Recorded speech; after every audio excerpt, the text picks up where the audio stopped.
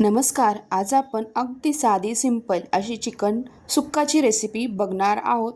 तुम्ही बॅचलर असाल किंवा एखाद्या माणसासाठी भरपूर असा पाव किलोमध्ये मी इथे चिकन सुक्का बनवलेला आहे.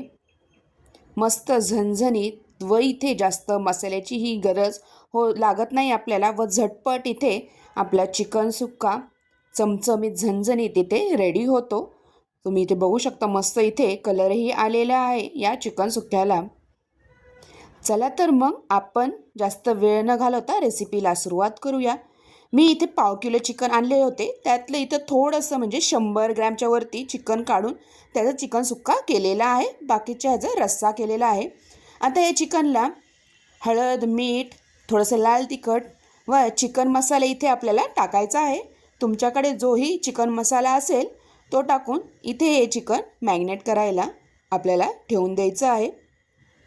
15 ते 20 मिनटं किंवा जास्त वेळ मॅरिनेट करायला ठेवलं तरीही चालेल. छान इथे हा मसाला या चिकनमध्ये मुरतो.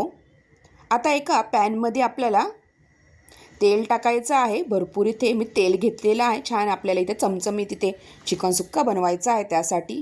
आणि इथे मोठा असा आकाराचा कांदा इथे उभा चिरून घेतलेला आहे. आता ह्या तेलात आपल्याला हा कांदा चांगला इथे परतून घ्यायचा आहे.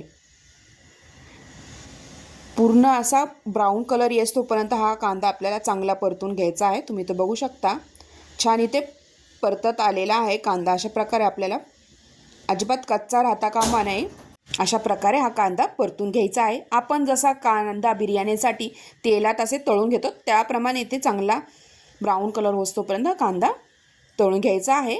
आता यामध्ये मी मीडियम साईजचा टमॅटो घेतलेला आहे. तर टमॅटो जास्तही टाकू नका, नाहीतर आंबट एकदम जास्तच आंबट होतं, टमॅटोची चव येते. त्यामुळे मीडियम साईजचा टमॅटो इथे बारीक चिरून यामध्ये टाकलेला आहे. आणि इथे चमचाभर एवढी अद्रक लसूणची पेस्ट टाकलेली आहे. आपण चिकन मॅरिनेट करतानाही अद्रक लसूणची पेस्ट टाकून मॅरिनेट केलेलं आहे हळद मीठ टाकून. आता इथे चवीनुसार मीठ टाकायचं आहे. आणि हा कांदा व टमॅटो चांगला इथे परतून घ्यायचा आहे जेणेकरून टमॅटोचा इथे गाळ झाला पाहिजे. आता 5 मिनटं मी हे असंच परतून घेणार आहे. झाकण लावून ठेवायचं थोडंसं, म्हणजे छान इथे टमॅटो आपला इथे मऊ होणार आहे.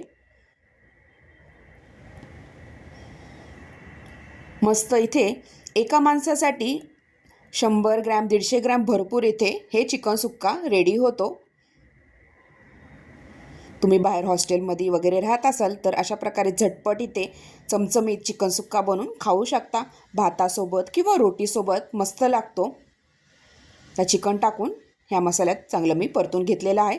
आता वरतून आपल्याला मसाले टाकायची गरज नाही. आपण आधीच चिकनमध्ये सगळे मसाले टाकून घेतलेले आहे. आधी पाणी न टाकताच असंच आपल्याला शिजवून घ्यायचं आहे छान असं तेलामध्येच. नंतर तुम्हाला थोडंसं लपथपीत हवं असेल थोडंसं पाणी टाका. तर मस्त इथे बघा मस्त इथे चिकन शिजत आलेलं आहे. मस्त इथे झटपट असं आपले चिकन सुक्का रेडी होतो. जास्त वेळही लागत नाही. आणि एका माणसासाठी भरपूर इथे 150 ग्रॅम चिकन भरपूर होतं.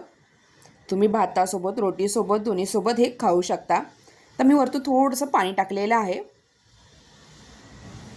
तर मिक्स करून पुन्हा आपल्याला झाकण लावून छान इथे अजून तेल सुटत तोपर्यंत आपल्याला हे चिकन अजून शिजवून द्यायचं आहे. तर मी झाकण लावून ठेवते. अजून 7-8 मिनटं हे असंच चिकन शिजत ठेवलेलं आहे. मस्त इथे तुम्ही बघा वरतून असं तेलही सुटलेलं आहे. मस्त इथे आपलं चिकन सुक्का झटपट व साधी सिंपल इथे चिकन सुक्क्याची रेसिपी आपली रेडी झालेली आहे.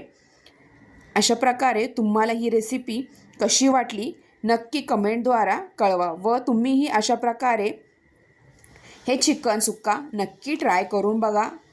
अगदी टेस्टी लागते. जास्त मसाल्याची आपल्याला इथे गरज पडत नाही.